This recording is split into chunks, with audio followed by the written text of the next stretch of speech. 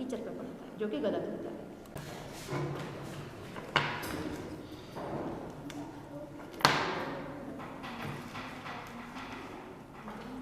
हाँ भाई, second year हम लोग बात कर रहे थे आपके वाटर वेस्कुलर सिस्टम पर। तो वाटर वेस्कुलर सिस्टम इस तरह से आप लोगों के सामने किस तरह से फंक्शन करता है ये आपको बता दिया गया। किसी को परेशानी है तो पूछिए। क्लियर है बेटा? सेकेंड ईयर ऑनलाइन समझ में आ रहा है? क्यों भाई, क्लियर है ना? Yes ma'am, good. चलिए बात कर लेते हैं हम।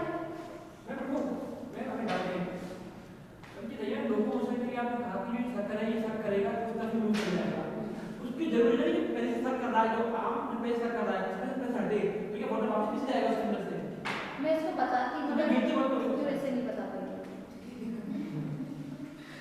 चलो बता देती हूँ एक बार और। देखिए जब लोकोमोट करता है स्टारफिश तो इसने अभी ये वाली आर्म होती थी, है ना, पहले रखी थी किसी आधार से, किसी बेस से चिपकाई थी। अब उसको आगे, भाई आगे भी तो फॉरवर्ड तो चल रहा है उसको। सपोज कीजिए अब उसने ये वाला आर्म जो थी अब ये इसको घुमाकर आगे की तरफ रखेगा, तब उस वक्त क्या होता है, अभी थोड़ी देर पहले यहाँ पर एक डायग्राम शो किया था, तो उस दौरान जब ये अपनी इस वाली आर्म को घुमाकर आगे की तरफ रखेगा, ठीक है, किसी बेस पर, तो यहाँ शक्कर पर जो प्रेशर पड़ा था, ठीक है, वो अब यहाँ से रिलीज होगा। अब प्रेशर जो था अब वो यहाँ नहीं रहा। क्यों नहीं रहा? क्योंकि यहाँ का वाटर जो था वो अब आपकी इस वाली आर्म की तरफ रन करेगा। उस दौरान क्या होता है कि यहाँ पर जो वॉल्व लगा था ये खुल जाएगा, ठीक है। वॉल्व खुला यहाँ से, जैसे उसने अपनी वाली आर्म आगे की तरफ रखी, सबसे पहले यहाँ का वॉल्व हटेगा। वॉल्व के खुलते ही शक्कर पर जो प्रेशर था वो रिलीज होगा, वाटर पोडियम पर, पोडियम से आपका एम्पुला, एम्पुला से होते हुए लेटरल कैनाल में जाएगा, लेटरल से फिर से रेडियल, रेडियल से रिंग कैनाल, इससे फिर वो दूसरी आर्म की तरफ मूव कर जाएगा। समझ में आया? ये होता है इसका सही लोकोमोशन, ठीक है। चलिए आगे बात कर लेते हैं हम लोग। यहाँ बात हुई क्लास वाटर वेस्कुलर सिस्टम के बारे में, ठीक है। अब हम बात करेंगे इसके कुछ फंक्शंस के बारे में।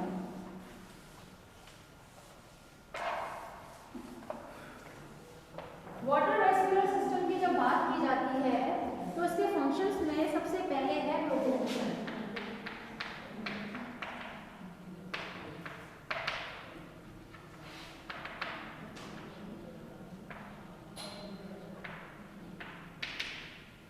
लोकोमोशन, लोकोमोशन तो बता ही दिया किस तरह से लोकोमोट करेगा। Second is nutrition. न्यूट्रिशन की जब बात की जाती है तो इसमें ये जो वाटर वेस्कुलर सिस्टम की हेल्प से ही आपकी स्टारफिश जो है वो क्या करती है, वो अपना न्यूट्रिशन टेक करेगी, ठीक है ना। Next is gaseous exchange.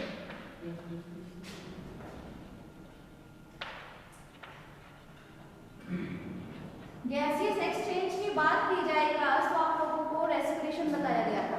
उस वक्त क्या कहा था कि रेस्पिरेशन जो है वो डर्मल ब्रैंकियाई, पैपुला और आपके ट्यूब फीट की हेल्प से होता है, ठीक है। तो यहाँ गैसियस एक्सचेंज से मतलब है आपका कार्बन डाइऑक्साइड एंड ऑक्सीजन के बीच में होने वाली एक्सचेंज, ठीक है। नेक्स्ट इज सेंसरी रिसेप्टर या फिर सेंसरी ऑर्गन के तौर पर आप बात करें अगर, तो ट्यूब फीट पर कुछ ऑर्गन्स प्रेजेंट होते हैं जो आपके स्टारफिश में सेंसरी ऑर्गन की तरह फंक्शन रहता है, ठीक है। Next is excretion. आप लोग जानते हैं कि स्टारफिश जो है वो अमोनोटैलिक एनिमल है। अमोनोटैलिक में वो एक्सक्रीशन में क्या चीज एक्सक्रीट करती है, अमोनिया के फॉर्म में एक्सक्रीट करती है अपने, ठीक है, नाइट्रोजनस वेस्ट। तो चलिए यहाँ कंप्लीट होता है आपका वाटर वेस्कुलर सिस्टम। अब हम लोग बात करते हैं अपने नेक्स्ट टॉपिक के बारे में।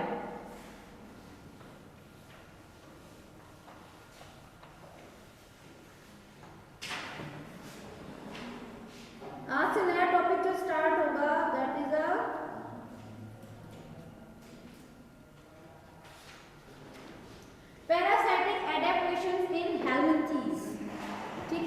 हेल्मिन्थीस से मतलब है क्लास प्लेटीहेल्मिन्थीस, ठीक है।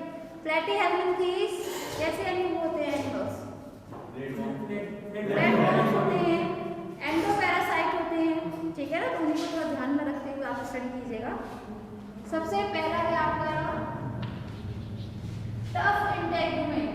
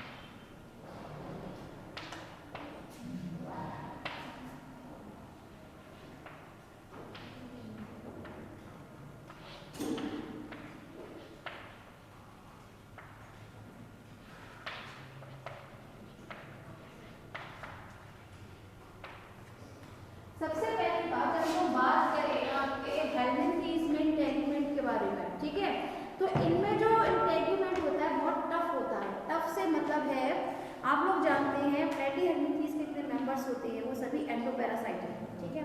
एंडोपैरासाइट होने की वजह से वो कहाँ रहेंगे? वो बॉडी के अंदर रहेंगे, ठीक है। तो अंदर रहने की वजह से प्लस आप लोग जानते हैं उन्हें बहुत सारी चीज़ों का सामना करना पड़ता है, लाइक एंजाइम्स। अगर हम अपनी बात करें तो ह्यूमंस में HCl का सीक्रेशन होता है, फंडिंग स्टमक में फंडिंग रीजन करता है ना, HCl का सीक्रेशन ऑक्सीडेटिव सेल्स होती है। तो वहीं पर अगर हम बात करें आपके इंटेगुमेंट की, तो प्लेटीहेल्मिन्थीस के इंटेगुमेंट रहता है हमेशा स्क्लेरोप्रोटीन का बना हुआ। स्क्लेरोप्रोटीन एक्चुअली ये हमेशा एंजाइम होती है, एंजाइम होने से होता है इस पर एंजाइम्स का फिर कोई भी इम्पैक्ट नहीं पड़ता, ठीक है। तो इसलिए इनका जो लेयर रहती है, जो इंटेगुमेंट है, वो स्क्लेरोप्रोटीन का बना रहता है, ठीक है। Next is special organ. Special organ के तौर पर अगर हम लोग बात करें तो आप लोग जानते हैं प्लेटीहेल्मिन्थीस में चिपकने के लिए किसी भी अपने परपोष या किसी होस्ट से चिपकने के लिए कुछ स्पेशल ऑर्गन्स रहते हैं, जैसे हुक प्रेजेंट होते हैं, सक्कर प्रेजेंट होते हैं, फेस्युला हेपेटिका या टीनिया सोडियम, उन सब में क्या प्रेजेंट होते हैं आपके? उसमें सक्कर प्रेजेंट होते हैं, ठीक है। Next is excessive fertility. Excessive fertility से मतलब है बहुत ज्यादा ये लोग रिप्रोड्यूस करते हैं। रिप्रोड्यूस क्यों करते हैं? क्वेश्चन यहाँ पर ही आता है, रिप्रोड्यूस क्यों करते हैं? सॉरी, आप लोगों को मुझे पहले बताया कि प्लेटीहेल्मिन्थीस के सभी मेंबर्स कैसे होते हैं? एंडोपैरासाइटिक है। तो एंडोपैरासाइटिक होने की वजह से जब वो हमारी बॉडी में रहेंगे, हम टीनिया सोडियम को मान के चल रहे हैं, ठीक है, तो वो हमारी बॉडी के अंदर रहते हैं, तो बहुत सारी चीज़ों का उनको सामना करना पड़ता है। तो जब वो लोग एग ले करते हैं, उसके बाद वो लार्वा फॉर्म आएगी, उसके बाद मतलब मैच्योर्ड होने तक उनको ज़रूरी नहीं है कि वो सर्वाइव कर ही पाए, ठीक है। उनकी डेथ रेट बहुत ज़्यादा होती है ना। तो डेथ रेट ज़्यादा होने की वजह से वो हमेशा बहुत ज़्यादा अमाउंट में एग ले करेंगे। एग ले कैसे करेंगे? सपोज कीजिएगा आप लोग जानते हैं कि एंडोपैरासाइटिक जो है वो हर्माफ्रोडाइट एनिमल है। ये जो आपके एनिमल्स होते हैं प्लेटीहेल्मिन्थीस के, वो कैसे होते हैं? हर्माफ्रोडाइट।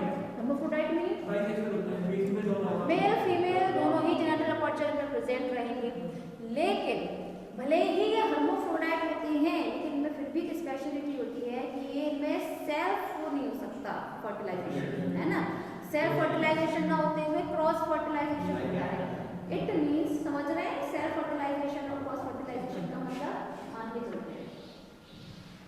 ये है आपका, ये आपके दो जेनेटिक अपर्चर बना दिए, मेल एंड फीमेल, एक ही बॉडी के अंदर रहेंगे, हर्माफ्रोडाइट है।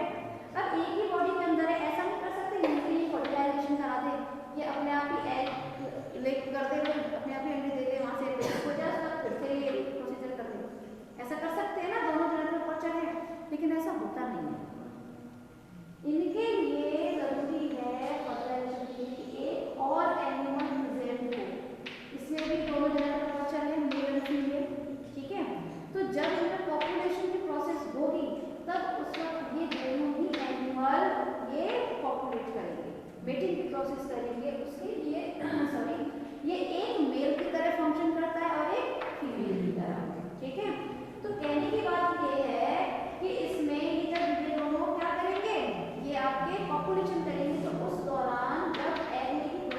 होगा, ठीक है, तब ये दोनों ही आपके एग दे करेंगे, ठीक है ना।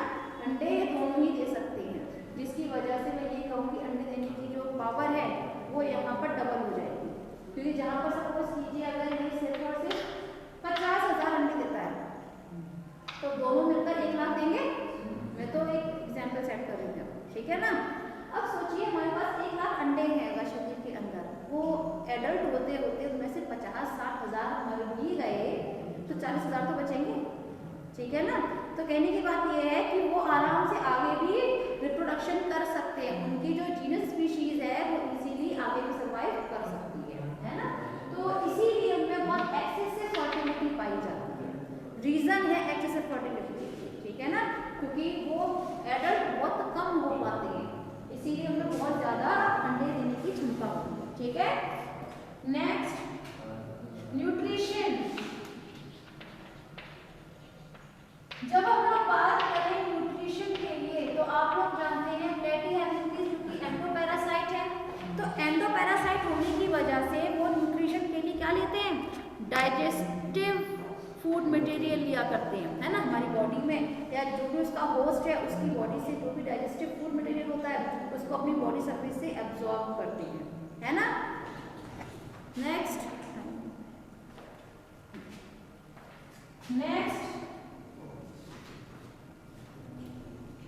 Locomotory organ. जब हम लोग क्लास बात करें लोकोमोटरी ऑर्गन के बारे में, हम लोग लोकोमोशन क्यों करते हैं, हम लोगों में लोकोमोट होता है, क्यों करते हैं, खाने के लिए। मेन जो फंक्शन होता है वो क्या होता है, खाने के लिए। अगर हमें बैठे बैठाई जाए खाना मिल जाए तो क्या कोई हिलेगा फिर जगह से, कोई काम नहीं करेगा, पढ़ना तो बहुत दूर की बात है, कोई हिलना ही पसंद ना करेगा, ठीक है ना। तो इसीलिए अब इन्हें तो जहाँ ही रहते हैं इंटेस्टाइन के पास, इन्हें तो डाइजेस्टिव फूड मटेरियल मिल रहा है, उसको तो कुछ भी करने की जरूरत नहीं है, तो जाहिर सी बात है इनमें लोकोमोटरी ऑर्गन्स नहीं होते। लेकिन अपनी बात में थोड़ा सा संशोधन कर देती हूँ, ये जो एडल्ट होते हैं इनमें लोकोमोटरी ऑर्गन नहीं होते, लेकिन इनके जो लार्वा फॉर्म्स होते हैं, ठीक है, उनमें आपके लोकोमोटरी ऑर्गन्स होते हैं। आप लोगों ने सुना होगा सॉरी फैसियोला हिपैटिका के बारे में, ठीक है। तो फैसियोला हिपैटिका का जो लार्वा होता है उसे हम बोलते हैं मिरेसीडियम लार्वा, जो अंडे से जो हैचिंग के बाद लार्वा फॉर्म निकलती है उसे हम कहते हैं मिरेसीडियम लार्वा। और ये मिरेसीडियम लार्वा जो होता है इसकी बॉडी सरफेस पर सीढ़ियां पाई जाती है ना। फिर ये मिरेसीडियम जो है ये आगे कन्वर्ट होता है और रेडियल लार्वा बनाता है ना। हाँ, फिर सेकेंडरी रेडियल लार्वा, उससे बहुत सारी स्टेजेस देखने को मिलती है, लेकिन यहाँ पर हम बात कर रहे हैं आपकी मिरेसीडियम लार्वा के बारे में, ठीक है। तो मिरेसीडियम लार्वा जो होता है जो अंडे से निकला डायरेक्ट, ठीक है ना, अंडे में से हैचिंग की प्रोसेस होती है तो मिरेसीडियम लार्वा बना है। ये मिरेसीडियम लार्वा कभी भी न्यूट्रिशन नहीं करता, कुछ खाता नहीं है, सिर्फ और सिर्फ अपनी सीढ़ियां की हेल्प से लोकोमोट करता है और अपने इंटरमीडिएटरी होस्ट को ढूंढता है ना। और इंटरमीडिएट होस्ट कौन सा होता है इसका, हम फैसियोला हिपैटिका को डाइजीनिया ऑर्डर में रखते हैं। शीप इसका फर्स्ट होता है, स्नेल जो है वो इसका इंटरमीडिएटरी होता है, ठीक है ना, जिसकी वजह से क्या करता है अपने स्नेल तक पहुंचता है। तो स्नेल के लिए पड़ती है मेरी सीढ़ियां की, ठीक है। तो लोकोमोटरी ऑर्गन्स प्रेजेंट होते हैं, ना सिर्फ इसमें बल्कि आप किसी और भी आप इसके बहुत सारे लार्वा हैं, जैसे सर्केरिया लार्वा की बात करें तो सर्केरिया लार्वा में फ्लैजेला प्रेजेंट होता है, ठीक है ना। तो लोकोमोटरी ऑर्गन किसी भी एडल्ट में तो प्रेजेंट नहीं होंगे, लेकिन उनके लार्वा फॉर्म्स में प्रेजेंट होते हैं, ठीक है। नेक्स्ट चलिए क्लास यहाँ कंप्लीट होता है आपका प्लेटीहेल्मिन्थेस, द हेल्मिन्थेस मैनिपुलर, ठीक है, एडेप्टेशन इन हेल्मिन्थेस। किसी को परेशानी समझ में आया? Second year